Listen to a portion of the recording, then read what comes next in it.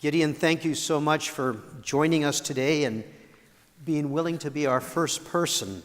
And I know that we have just a short time and you have so much to share with us, so we'll go ahead and get started, if you don't mind, right away.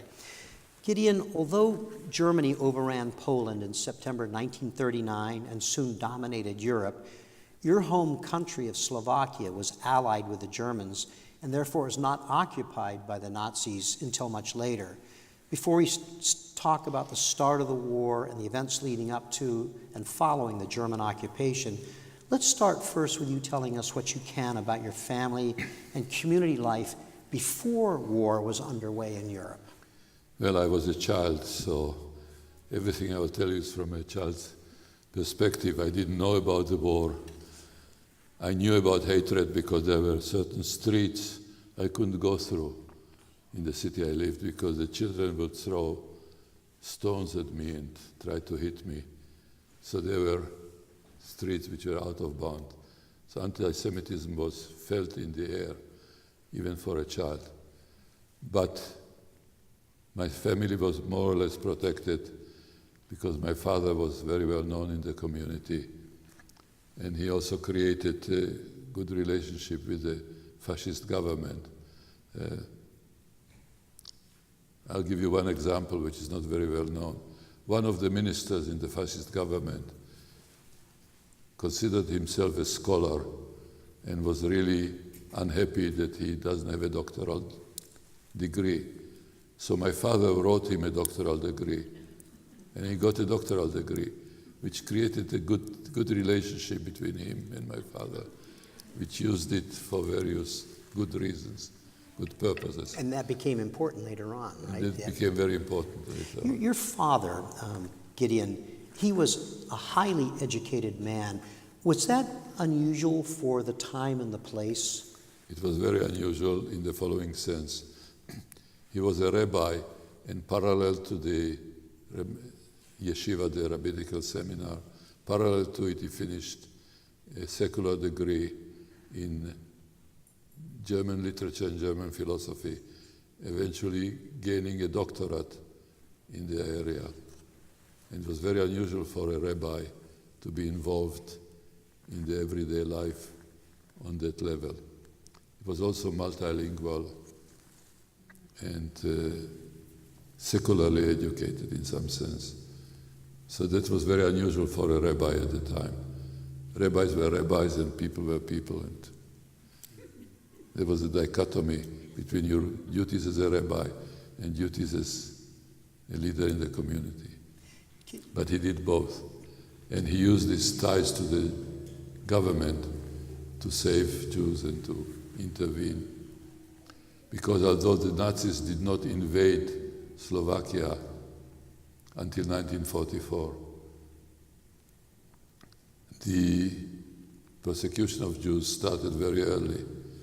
In 1942, there was a census of the Jews. So every Jew was written down, and the Slovak knew where it is. And the Slovaks have the special distinction that they paid the Germans for every Jew that the Germans would take away to resettle, as they called it. The resettlement was taking them from Slovakia and putting them in Auschwitz. And they settled there forever, obviously. They were, most of them, killed upon arrival. And Gideon, if I remember, you shared with me that not only did the Slovaks pay the Nazis to take Jews from Slovakia, the money they used to pay the Nazis they had taken from Jews. Yes, that the quote beauty in the process. After the census of the Jews in 1942, they knew about every Jew, and they used it to confiscate Jewish property. And by confiscating that property, they created the fund necessary to pay the Germans to kill the Jews. So the Jews paid for their own extermination, which is a unique case in the history of the Holocaust. Not something that the Slovaks should be proud of. But just to show you that while it's true that the Germans started the Holocaust, they had a lot of very many willing cooperators and collaborators. The Slovaks were not the only ones. Gideon, before we continue about the Holocaust, a little bit more about your early life. I believe that you told me that much of what your father was doing during that time was trying to build a Zionist community in Slovakia that was agricultural related. Will you say a little bit about that? Yes, again, Zionism and Orthodox Jewry were not very good friends at the beginning of the previous century. So my father was distinguished by that as well. He was a Zionist and worked with Zionist organizations in spite of being a rabbi, or as he said, because he is a rabbi. Mm-hmm. So he was really an extraordinary man,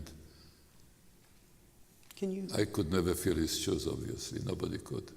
Maybe if he saw all that you had accomplished, I think he'd be saying some remarkable things about you today. I did the best I can, but... Gideon, can you tell us anything about your mother during that time? Do you know much about your mother during that time? I don't know very much about my mother, except that she was a mother and she had two little children in a time where food was difficult to get by, and she had to keep the family and support her duties as the wife of a rabbi. She was extraordinary, but everybody says it about their own mother, right? So that's nothing new to you. But she was trying to keep a sense of normalcy. And I really, as a child, had a regular life. I played with toys, I had pets, and Gideon, it was regular life. Let's talk a little bit about that. You were not yet 7 when the German army occupied Slovakia in August of 1944. So tell us what your life was like for you and your family in those war years from 1939, but before the full force hit Slovakia in 1944. It's almost a 5-year period. What was that like? It was just a child playing and going to preschool and then to school. As you have seen from the picture, my father had a flowing long beard. So one of the days in 1944, a clean-shaven man comes to my house and starts to hug and kiss my mother, which was a very unusual thing for a wife of the rabbi to do with somebody else, right? And not until he opened his mouth I realized it was my father. What he did, he shaved his beard so he will not be recognized. Took me, my sister and my mother, put us in an ambulance and sent us toward the German lines. Gideon, before we come to that, can I ask you just a few more questions before you tell us about that? I want to ask you, your father, because he was so well respected and educated and valued in the community, was involved in something I think called the Working Group. Yes. Tell us about what his work was. The Working Group was an unusual phenomenon in the Jewish life in Europe. It consisted of representatives from all the strands of Jewish life, Orthodox, Zionists, leftists, and it was headed by a woman, which is again unusual. Having 2 rabbis in the group was still headed by a woman by the name of Gizi Fleischmann. May she rest in peace. She was killed by the Germans in Auschwitz. So that group took upon itself to negotiate with the Slovak government to try to slow down and for a while even stop the deportations to Auschwitz. They also created homes for the elderly. My father also did mass weddings because young men, unwed men and women were the first one to be deported. So he created weddings. So there was a lot of activity that this working group did. It is known more in history by its German name Arbeitsgruppe, which translates to working group. So they were kind of a representative of the jury, and they negotiated with Germans, Eichmann included, with the Slovaks, and did bribery and all the good things that you do to save lives.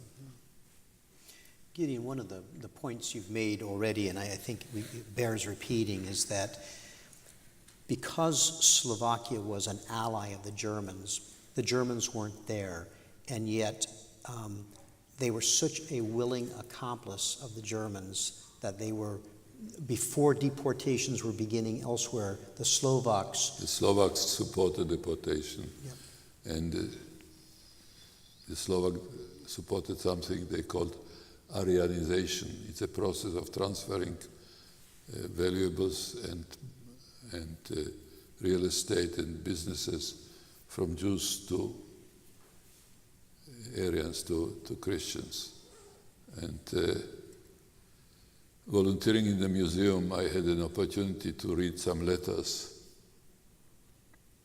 that were written to the president of the country, who was a Catholic priest, by the way. And one of the letters, written in pristine handwriting, in wonderful Slovak, written by a woman to the president, saying, "I am a God-fearing Christian, and my neighbor, the Jew, has a business. Why should he keep the business, and why shouldn't it be given to me, who is a God-fearing Christian?" So you discover things like that when you are going through the archives, and you see that there were many people who were considering themselves good people who were part of the hatred. So although the Germans were not there, they were there, because the Slovak fascists, did a very, very good job in prosecuting their own.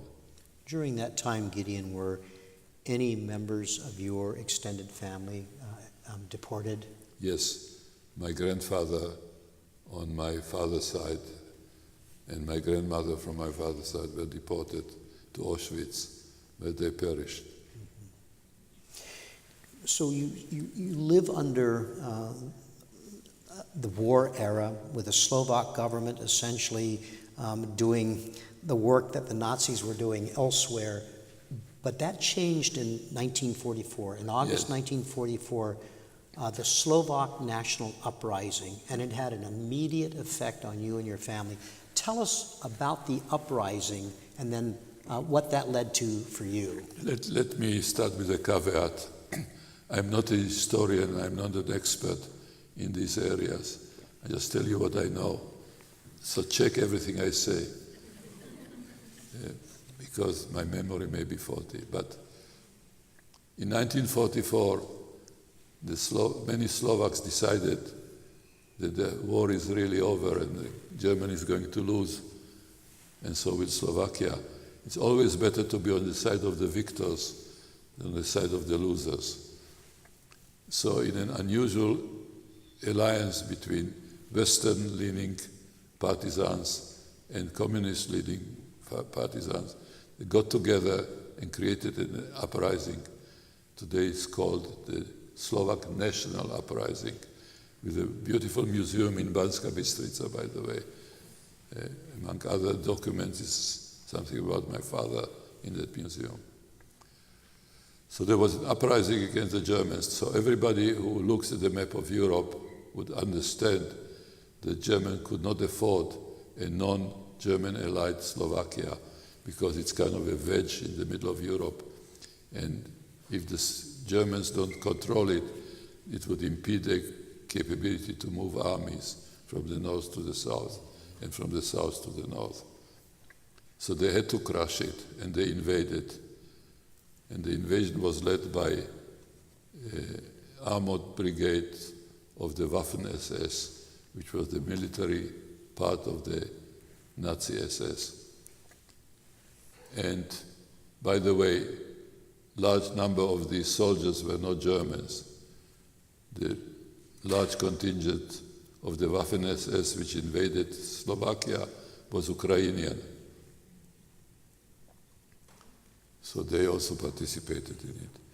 They had no choice but to crush the uprising, and they were moving from the south to the north, and we had to flee. And is that when your father came home And unshamed? that's when my father came home and put us in an ambulance and sent us toward the German lines, because nobody would suspect anybody going toward the German lines which will not be a fascist or something.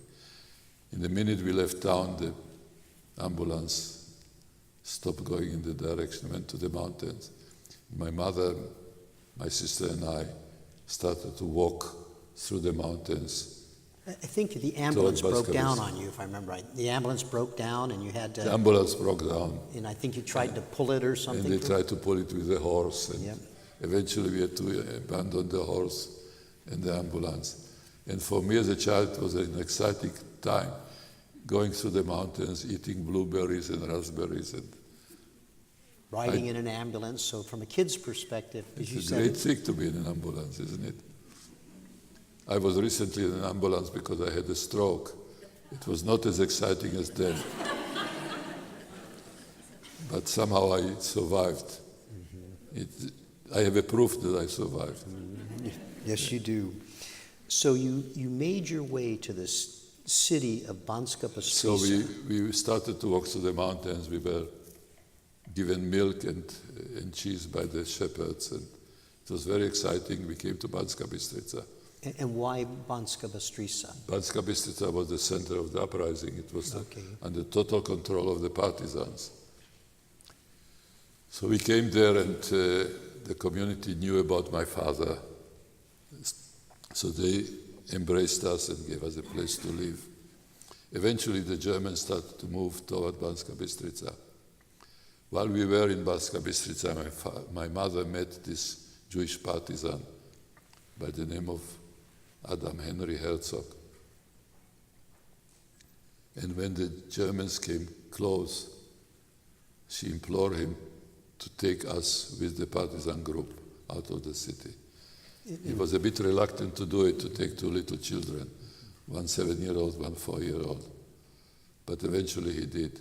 And before you tell us about that, just another question about the partisans, as you said, the center of the uprising, they're holed up in Banska Bystrica. The Germans are going to attack it. Did the partisans think that they could hold out? No. No. There was no way. They didn't have any heavy armor or any armor at all. And the Germans were armored battalions of Waffen-SS, supported by the Ukrainians. Mm-hmm. And there was no way the partisans with their rifles could stop the German onslaught. Mm-hmm. So they knew they had to leave. And so then, as you were telling us, your mother convinces Mr. Henry Herzog to take him, and he was a partisan. He was a partisan. He was a Jewish partisan from Poland, mm-hmm. who fled Poland and joined the partisans groups in the mountains, mm-hmm. in Banska Bystrica. And he finally agreed to take us. So we started to walk through mountain passages to the north, because the Germans, being a motorized unit, couldn't go through the mountains really. You know, tanks are very good on a plain, but not very good in mountains. So that was the way the partisans wanted to hold territory in the mountains. So eventually we went through this mountain passage and we were attacked, and there was a big massacre. Luckily, Henry was not hit. He found me standing next to my mother and my sister, and I couldn't understand why my mother is not getting up. So he took me away from there. And my recollection is, or it always was, they took me away from there and brought me to this village. Many, many years later, I found we reunited and I found that he written a memoir. And in the memoir, I read that he took me to the mountains, and I was there 7 days with the partisans. Finally, the partisans decided that they cannot keep a wounded little child, and they brought me to the village. Those 7 days are not in my memory. Mm-hmm. I never knew about them until I read the book. They just disappeared. They were not existent. Gideon, before you turn to telling us about ending up with the Strahichik family, when you were attacked by the Germans, they attacked from the air. These were Stuka dive bombers that came in, and as you told us, your mother was killed, your sister was killed. Something as traumatic as that it seems to me, is either going to be, seared forever in your memory, and it is in yours. It is. Yeah. I don't remember whom I met yesterday and what I had for breakfast 2 days ago, but I remember every little item from that attack, to the point that many years later, I went back to Slovakia. I couldn't go back to Slovakia before because Slovakia was communist, and I was part of the Israeli Ministry of Defense, and the communists were supporting the Arabs against the Israelis. And I couldn't communicate with anybody in a communist country. But when communism fell, I decided to go back. And essentially, I found exactly the place of the attack. It's a long story, so we don't have the time, and it's not interesting, really.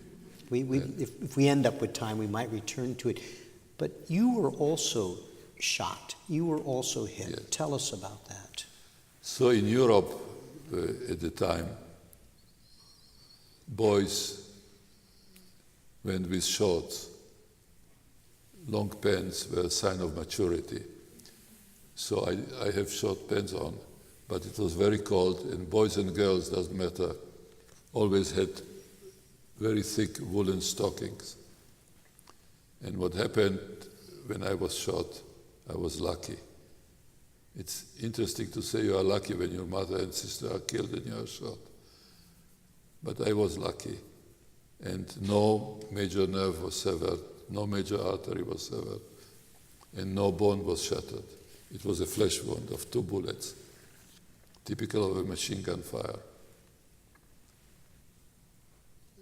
But what happened is that the blood gushed and saturated the wool stockings. It was very cold outside, so the blood immediately coagulated and created a pressure bandage in the stockings, and that's how I survived. Otherwise, I would bleed to death. So, a friend of mine who is very religious, when I told him the story, when I told the story in a setting he was there, he said, luck has nothing to do with it. He's very religious. He said it was preordained. And I asked, why was it preordained? And he said, because in the future, 10 years later, you will work in the Ministry of Defense on very important projects. More than 10 years later. And God saved you so that you can work on this project to preserve the people of Israel. He so believes, good for him. We all believe in something. But I survived, and that. And before we turn on, and move on, your sister Gita was just 3 years old. She was 3 years old when she was killed. So Henry rescues you, you're wounded, he takes you up, and as you said, there was a 7-day period, but I don't remember. But eventually they find a place for you. And tell us what you know about getting you to this village. They went to the village and it's a hamlet, a small set of houses around a dirt road. High in the mountains, right? High in the mountains. Yeah. And they came to the first physical house and knocked on the door. And somebody opens and they say, take this child, he's wounded. He's a very important child, and keep him till the end of the war. Now here, the story differs. I remember that I was immediately embraced by care and love. They fed me, they took care of my wounds, they gave me a new name, a new identity. I just remember that they loved me. When I read the memoirs of Henry, which I was instrumental in publishing, that's another story. It was published. When I read the memoirs, he wrote there that he and two of his partisan friends, quite fiercely looking, right, with submachine guns and grenades, and not shaven, obviously, knocked on the door and said, "You either take this charge or we kill you." Given that alternative, they took me. But that's his story. I never felt anything but willingness and love and support from that family. And there are proofs that I have to show that it was really genuine. Actual proofs. I'm a scientist and I don't believe in anything but unless proven. And when it's proven, that I doubt the proof until I understand it. But that's another story. But there is a proof that they really cared for me. So if they took me for lack of choice also, it doesn't matter. They kept me, they took care of me, they saved my life. They taught me things which helped to save my life. And you were with them until April of 1945, so you were with Yes. them for how long? About half a year. About a half a year with them in this little, as you said, hamlet up in the mountains. It's a hamlet in the middle of nowhere, and in this little hut, which is only two rooms. One room in which I stayed with the brother of the woman, and the other room where I never entered, which was their bedroom. So that was all the hut. And all the hut was built around a big stove, which had intrusion in every place. So it kept both rooms warm. And it was a place on which they cooked. And Very, very simple, very simple rural. life. He was a cobbler, and I remember helping him in creating the necessary yarn to sew the shoes that he did. And I have in my house a couple of things I took from the village in the 1990s when I visited the family, and they gave me 2 artifacts that I still have in my house. Should have brought them with me, but I didn't. One is a mold for a shoe, and one is a tool to take out old yarns out of the shoes. But They were extraordinary people. a religious family, right? They were very religious. On every wall in the hut, there was a picture of the heart of Jesus. And every evening they would pray before the picture. That was very typical to all the people in the village. So They Gideon, were very, very religious, and they lived their religion, as opposed to the president of the country who was a priest and who killed his own citizens and paid to kill his own citizens. So here you have what faith is, the true faith. and I believe you told me that the priest who ran the country was actually executed The as a priest who war ran the criminal. country was actually executed as a war criminal. One of the few priests so distinguished. Gideon, so here you are, this Jewish boy, the son of a renowned rabbi and leader. You're in this little village, but you weren't secure and safe there. What was going on? I mean, there's still war fighting. There was still war fighting, and not only me, but all the children knew about the dangers, and there was a whole hierarchy of fear. A hierarchy of fear. Hierarchy of fear. You see, this is 1944. The regular army, the Wehrmacht, is more or less old people. the young people were either in the front or killed. So when the Wehrmacht came to the village to patrol and look, these older men were very kind to the children. So I didn't have any fear of the German army. The second level in the hierarchy was the Slovak fascists, who were very dangerous. The third level were the SS. Those were fierce. But the most feared by the children were the Ukrainians. These were murderers. And when the children have seen the Ukrainians coming, distinguished by the uniforms, we all fled into the huts and closed the windows, didn't even look through the window. So we were very much aware of the danger. And there's a story how I was saved by them. Mm-hmm. Do we have time? Yes, we do, please, yeah. I came to the hut, and Paulina and Joseph told me, we will teach you something. When somebody tells you to say this, you say that. And he taught me a thriller of words. I didn't understand a single word. It was but I memorized it. And it's often a Slovak fascist or a Ukrainian will come and tap me on the shoulder and say, Boychik, boy, say this. And I recited it, and they would tap me again and said, very nice boy, very well. And for years, many, many years, I didn't know what it was that they taught me, which was so important to keeping me alive. Many, many years later, now we are talking about the mid-90s of the previous century, Slovakia became independent and opened an embassy in Washington. And the Slovak ambassador, a very well-known scientist, a doctor, cardiologist,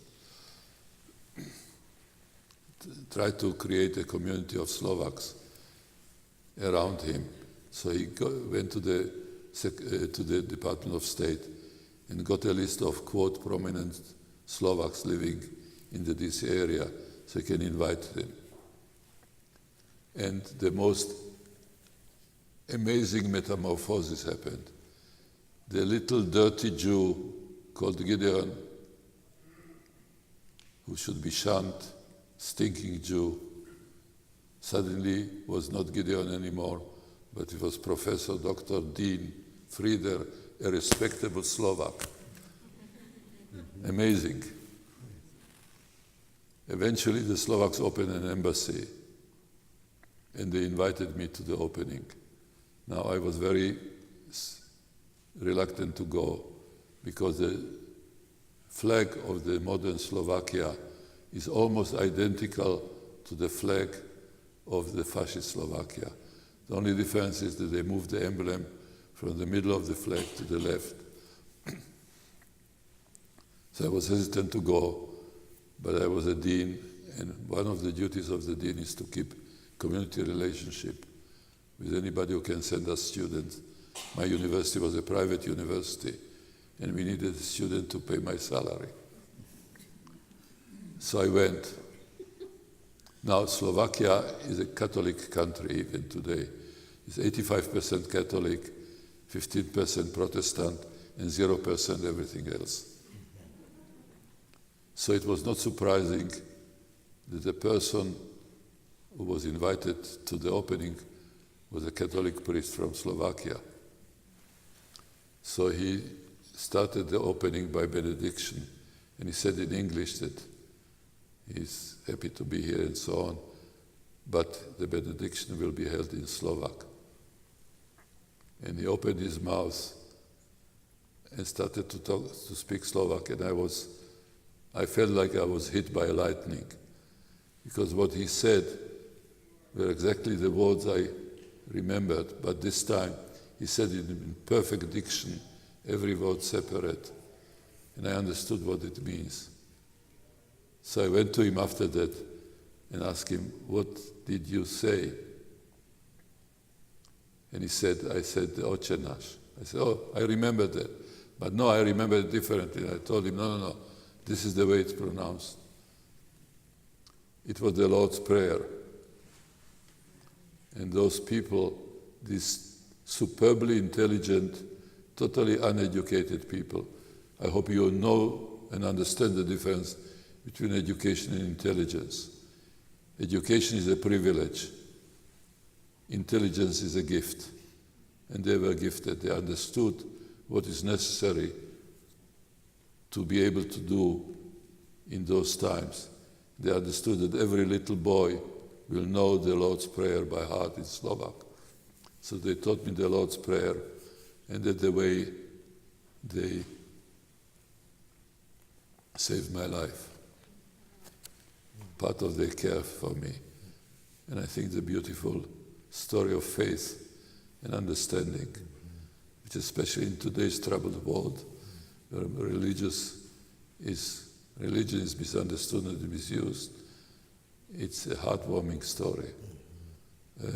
I'm glad you told that. And by the way, I have it on good authority that Jesus, when he taught the Lord's Prayer on the Mount, didn't speak English. Okay. He possibly spoke Galileo Aramaic, which was the language of the people. So I took the effort to look up the Lord's Prayer in Aramaic. And in my mind, it's the most Jewish prayer in the Christian liturgy. The first words in Aramaic are Abuna di Bishmaya Yitkadash Shimcha. First 4 words of the Lord's Prayer. Translated to English is, Our Father who art in heaven, hallowed be thy name. But Aramaic is a Semitic language, and everything is far more far more concentrated, far shorter. The structure of the language is different. And I say it because the most recited prayer in Judaism is called the Kaddish. Start with words, Yitkadal v'yitkadash shmei Rabbah. So Yitkadash shmei is exactly what in the Lord's Prayer at the beginning. So it resonates with me always.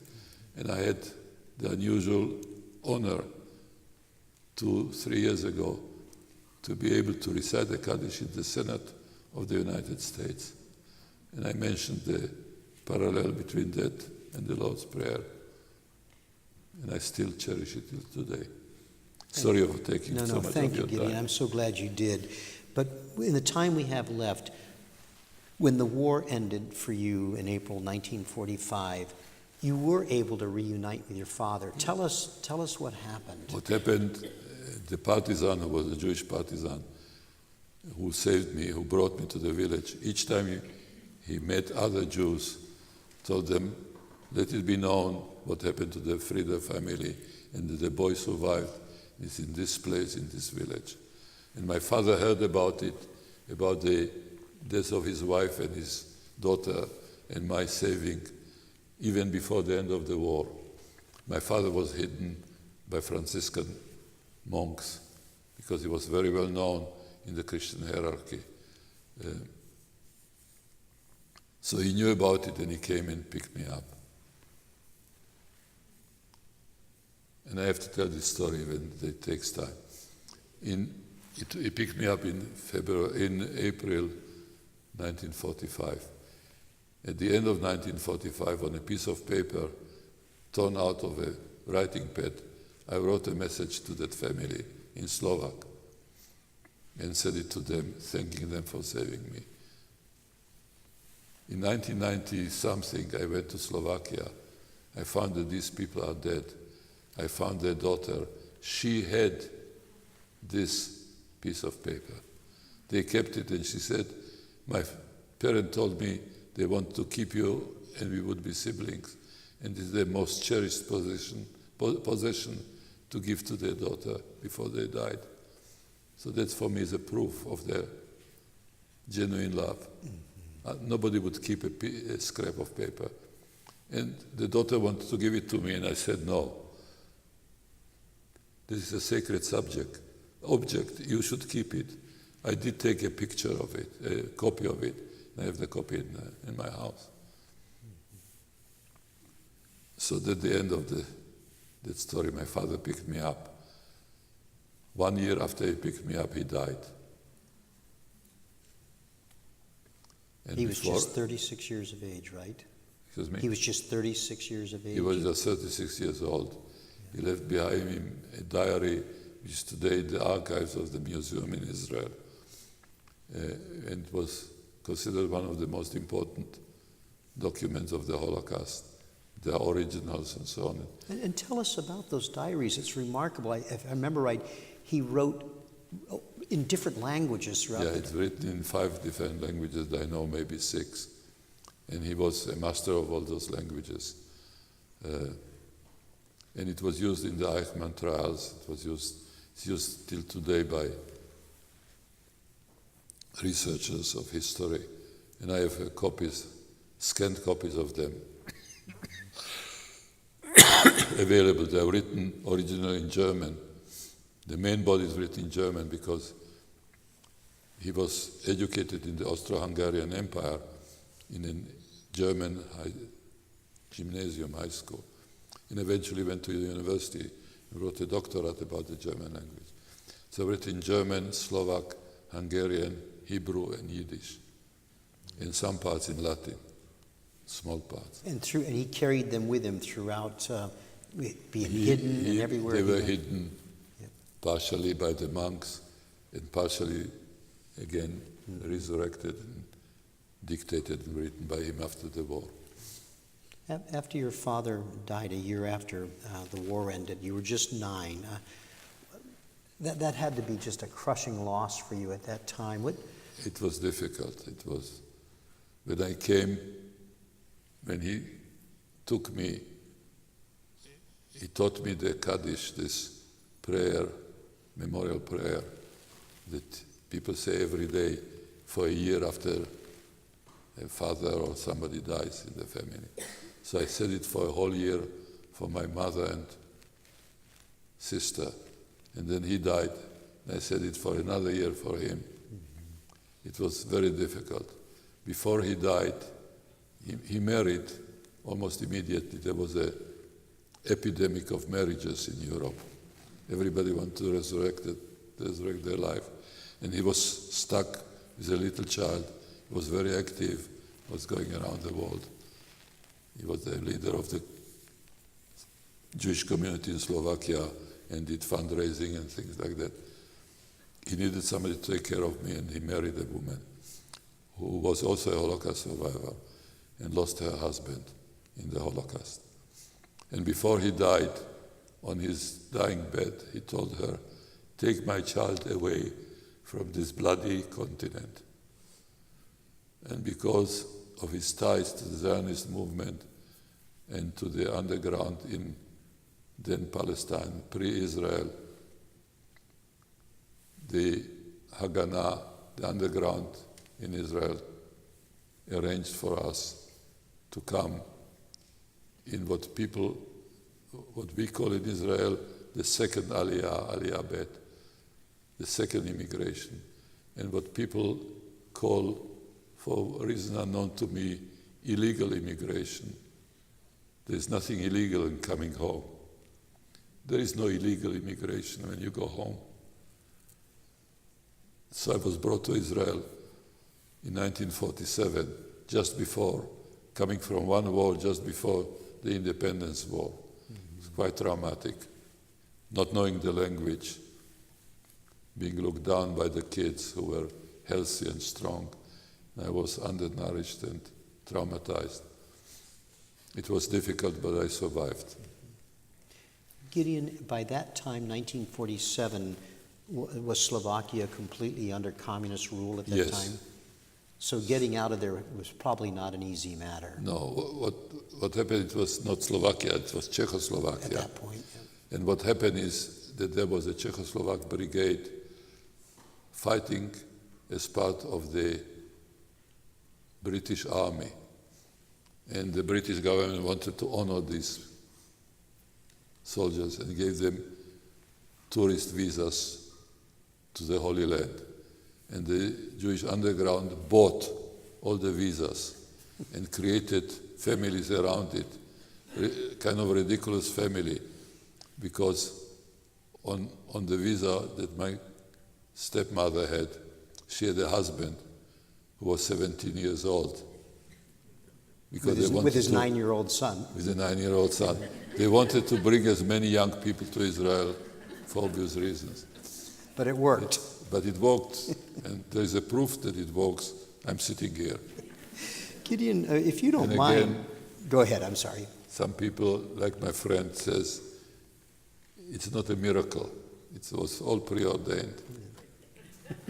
Gideon, obviously there's so much more you could tell us, both about the events you weren't able to share with us, but also what happened once you went to Israel and beyond. But I think we have a few minutes to turn to our audience for some questions. Yes, Is that please. okay if we do that? Yes, please do. We have Just- 2 mics. We're going to ask that you... Go ahead, Gideon. I have a commitment tomorrow evening. Till then, I'm ready to answer questions. So you're with us for the rest of the day. We have 2 mics. If you wouldn't mind going to the mic, that way we can all hear it. If you make your question brief, I'll repeat it so that we make sure we all hear it before Gideon responds. So Just take into account that there's 2 strong lights shining in my face, and I don't see anything except the haze. Yeah, it's hard to see out there. So, but if you don't mind going to the mic, that would be great. Yeah.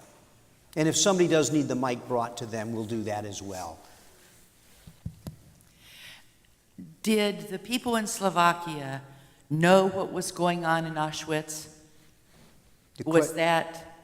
Had anybody brought any news back that said about this extermination camp? Did you know, or your parents or the adults, did they know what was going on at Auschwitz? Yes, as a matter of fact, in the diaries of my father, there are documents. People escaped Auschwitz. 2 people escaped Auschwitz and talked to my father and to others, by the way, not only to my father. And it's documented what's happening there. Mm-hmm. So the myth that people didn't know is a myth. As a matter of fact, there was a Polish nobleman by the name of Jan Karski, which was part of the Polish underground. He visited the extermination camps in Poland, and he met with Roosevelt and briefed him. So people knew what's happening in Slovakia and in other places. We have a brand new exhibit in the museum that opened Monday, and I believe there's a little segment on Jan Karski in that exhibit. I had the privilege of hosting him in my house. He's now passed away. He is, by the way, he was a professor after the war. He was professor in Georgetown University, and his statue is still in the university. The only non-priest who has a statue in the university in Georgetown. He was a very distinguished man, and I had the privilege of hosting him once. Anybody else, a brave soul who has a question? Yes, sir. Thank you. You've explained the role of Slovakia in the Holocaust, but what were the Ukrainians doing in Slovakia? Were they also siding with the Nazis? Yeah. Question is, you've explained the role of Slovakia during the war. Why were the Ukrainians there? What was their role? The Ukrainians were part of the Vlasov Brigade. There were whole divisions of Ukrainians fighting on the side of the Germans, especially as part of the Waffen-SS, which was an elite fighting group. So they came as part of the German army when the Germans invaded. But they were known for the cruelty. All the kids were scared to death from them. And I was part of the kids, right? Thank you. And it gets to your point you made earlier that, Nazi Germany had other allies in Europe who provided not only troops but also did their dirty work for them in many cases, as you described. Any other questions? One more, yes, sir, and then we'll begin to close our program. We are contemporaries, and I don't have a story to tell like you do. But I'm impressed with your equanimity. And I wonder if you can tell us about feelings in terms of what you felt at the time when you were a child in that village and you realized you were in danger, and then you met your father and so on. To reach a point now, I figure you are probably about Can you 80. repeat it? What changes they are being on you in terms of accepting, understanding, and being able to sit here in front of us and tell us about painful memories so calmly as you have? Thank you very much. Let me see if I can paraphrase that. The question is, in light of all that you shared, all the trauma you went through, what enables you today to be able to talk about it and to do so in the way that you do? You know, how have you got to this place? When I worked in the Israeli Ministry of Defense, we were given certain tasks.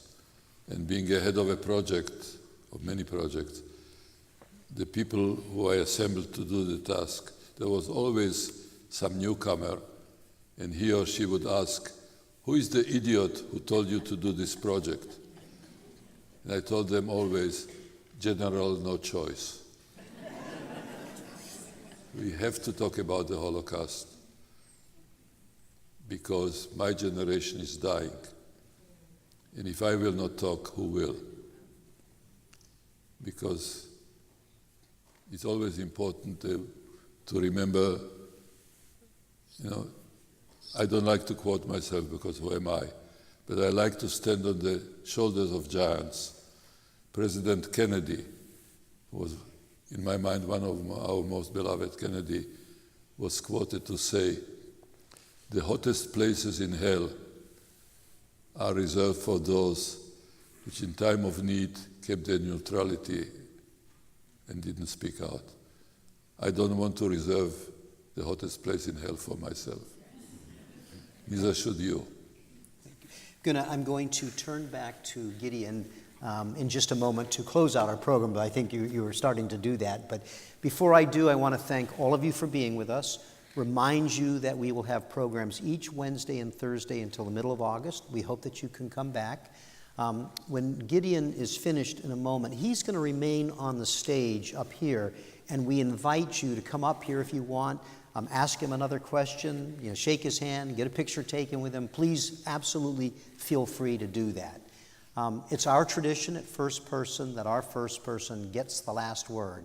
And so with that, I'm going to turn back to Gideon to close today's program. There is no better last word, I think, than what President Kennedy said. In my office, both in my home and in the university, I have the saying by Reverend Niemöller. At the beginning, the Nazis came after the trade unionists and so on, a very well-known saying, which I usually display. And the end of the saying is, when they came from me, there was nobody to talk. So if you will not talk, who will? If you will not act, who will? Evil can be present only when the good people are silent. And I'm fond of saying, the silent majority is not. The silent majority is not a majority because it's silent. So when you see injustice, when you see hatred, do something, say something, act. Don't be neutral. Thank you.